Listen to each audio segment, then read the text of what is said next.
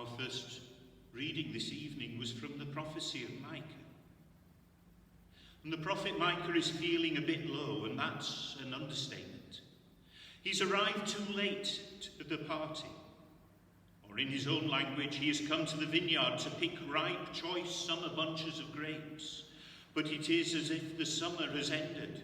The vines are being picked clean, and all that is left is the odd, sad little bunch here and there of what Asda, I'm sure, would call their wonky fruits.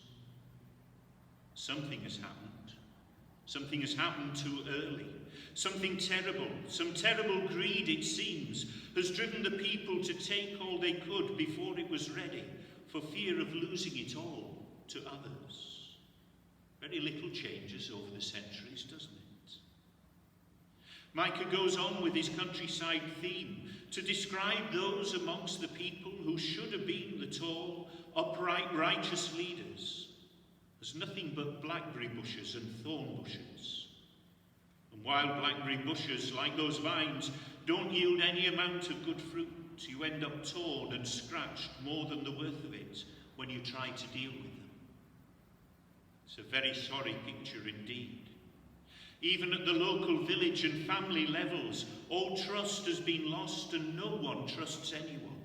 Not even, says Micah, the man and his wife. Yet Micah can remember the days of old and knows that the promise given back then and held so dear for so many generations since Jacob and even Abraham's day is a sure promise, because he knows the one who has promised is faithful. So he tells the enemy to make the most of his opportunity to gloat over Micah's misery while he can, for things will change, and even this will pass. The prophet, God's prophet for his day, may be sat in darkness and unable to see the light, but he knows it will come. Clouds do not stop the sun from shining, and neither has God completely forgotten his people.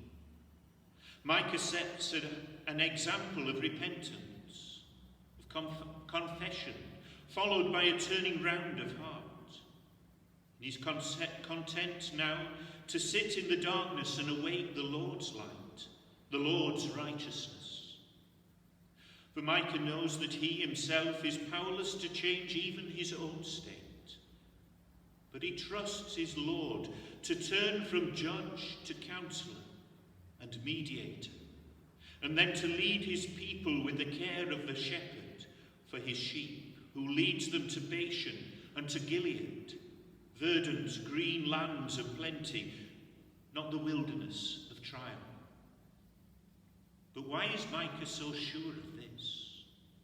Well, because he, like Jonah the prophet and preacher of Nineveh, knows his God to be a pardoning God. Who is a God like you, who pardons sin and forgives the transgression of his inheritance? You do not always stay angry, but you delight to show mercy. But Jonah's problem was that he knew God too well, and knew that even the Ninevites repented, then they would find his mercy. And Jonah didn't want that. But the only way Jonah or Micah or you and me can know that for certain is to have first experienced his mercy for ourselves. And then we will join with Micah in that refrain, who is a pardoning God like thee, or who has grace